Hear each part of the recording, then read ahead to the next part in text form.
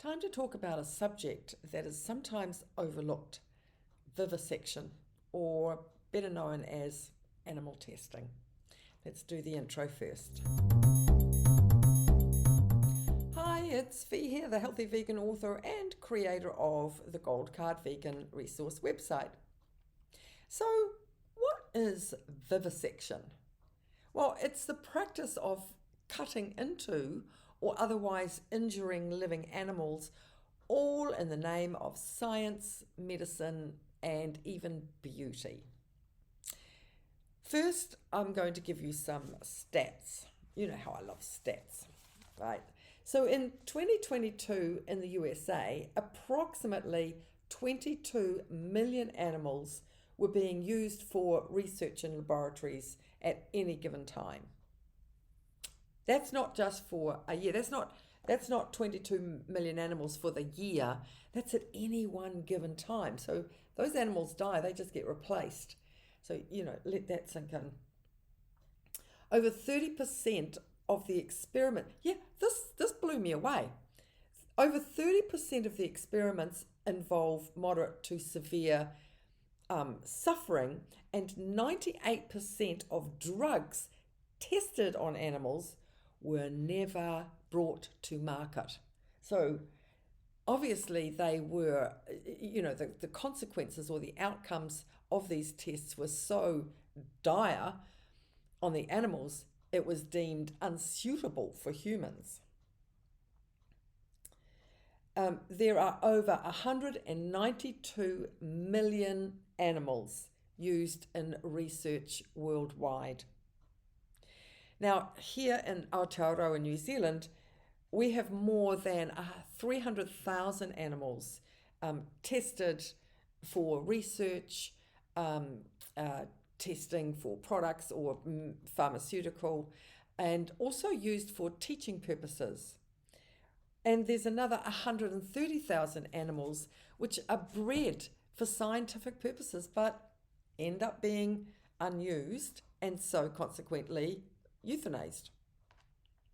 In Australia, it's around 6 million that die. Now, I don't have the figures for the UK or Europe, or China for that matter, but they all test.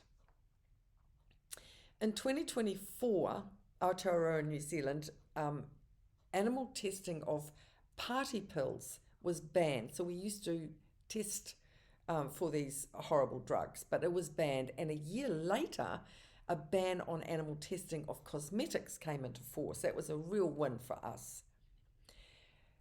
Now, this was just, however, for products made here.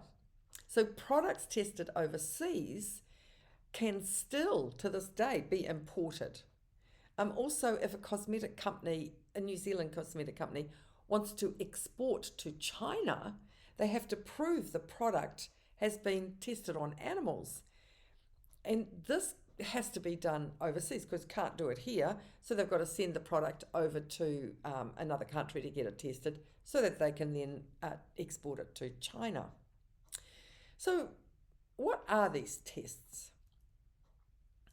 Now, there are several reasons worldwide why governments allow testing. Pharmaceutical companies, and they're the ones we they're the ones we normally think of, and they test for various reasons, and mainly to see if a product is viable. As I mentioned before, so many of them don't even get out of the testing ground. But there's also tests of new technologies, and these are done for the health of all living creatures. Experiments using chemicals, hazardous and toxic materials. Some medical schools use animal testing, research for surgery practices, psychological tests, pharmacological, I think that's the word, tests are done also, along with others, right? Cosmetic research.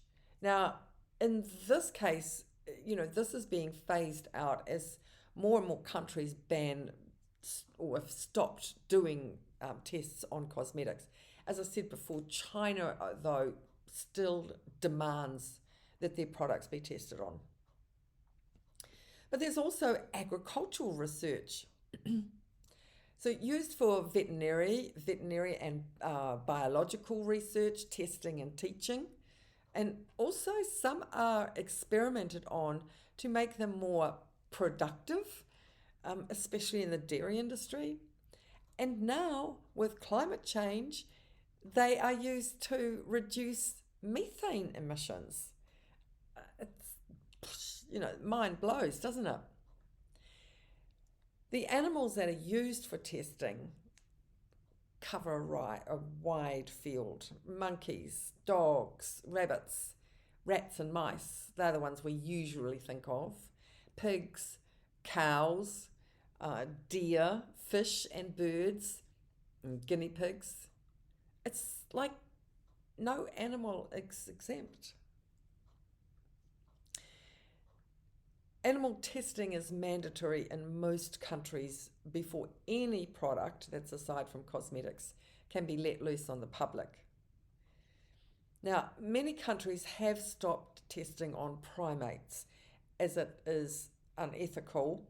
It's unethical on any animal, but they deem it unethical, and it's also irrelevant. It serves little value and causes immense suffering. Now, a study done in 2016 showed that the cruel experiments done on monkeys' brains were useless as they were flawed, and so they served little value. Why? Because there are significant differences between a monkey brain and a human brain, even though we are DNA quite close, right? However, sadly, the vaccine developers say that it saves human lives, and they back that up with the recent COVID pandemic. And although testing on chimpanzees is banned, rhesus monkeys are still being used. Now, the different experiments that happen, some use the 50-50 rule, which means that 50% of the animals are given as much of the substance as necessary to get them to die or get them close to death. And the other 50% are given just enough to see if there is a reaction. Animals are force-fed, forced to breathe toxic substances. They may have food and water deprivation, prolonged periods of physical restraint, infliction of burns and other wounds to study the healing process, the infliction of pain to study its effect, and remedies, injected with toxic substances, given diseases, and when the experiment ends, they are killed by carbon dioxide asphyxiation, neck breaking, decapitation, or other means. The Drey's eye test in particular is really nasty. Cosmetic companies use it, and it evaluates irritation caused by shampoos and other products. However, the Drey's test is also conducted on the skin. And research companies use it to identify chemicals that could cause human itching or burning. Now, that's chemicals that are put into pharmaceutical products as well. They generally use rabbits, and they put them into stocks with their eyelids held open by clips so they cannot blink away the products. The skin testing one is the fur is shaved off and they put the product on the raw skin. So once the animal's injuries are recorded, it's killed. Now, newsflash, there are other ways to test. Studying cell cultures in a petri dish can produce more relevant results because human cells are used. Then there is a process called microdosing, which is used on human volunteers. And it is the administration of doses too small to cause adverse reactions. The dose is given then the blood or the dose is given and then the blood is analysed. But there's also artificial human skin, and that is actually commercially available. It's made from sheets of human skin cells grown in test tubes, and again, can produce results far superior to testing chemicals on animal skin. Microfluidic, I think it's called microfluidic chip technology. This is an emerging tool, being very successful. This is in the field of biomedical application. These are lined with human cells and recreate the functions of human organs. Computer models like virtual reconstructions of human molecular structures can predict the toxicity of substances, but it's without invasive experiments on animals. Animals make very poor test subjects because they are different to humans. And I'm going to give you one example of this. In the 1950s, the sleeping pill thalidomide was tested on animals before commercial release. Now, the testing on animals had no adverse effects. Thalidomide caused over 24,000 babies to be born with severe deformities. But when this started to come out, they then tested again on pregnant mice, rats, guinea pigs, cats, hamsters, and they did not get any congenital disabilities unless the dose was administered at extremely high levels. This is not a rare case. There are so many other examples, some not too severe, but others that have resulted in thousands of deaths before being pulled from the market.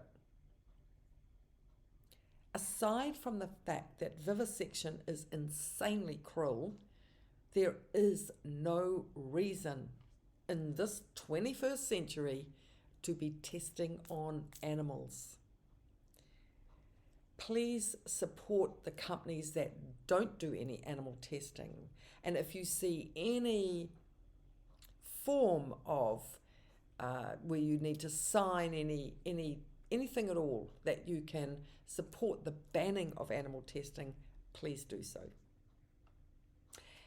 That's it for today. Thanks for watching, and please like, comment, and subscribe.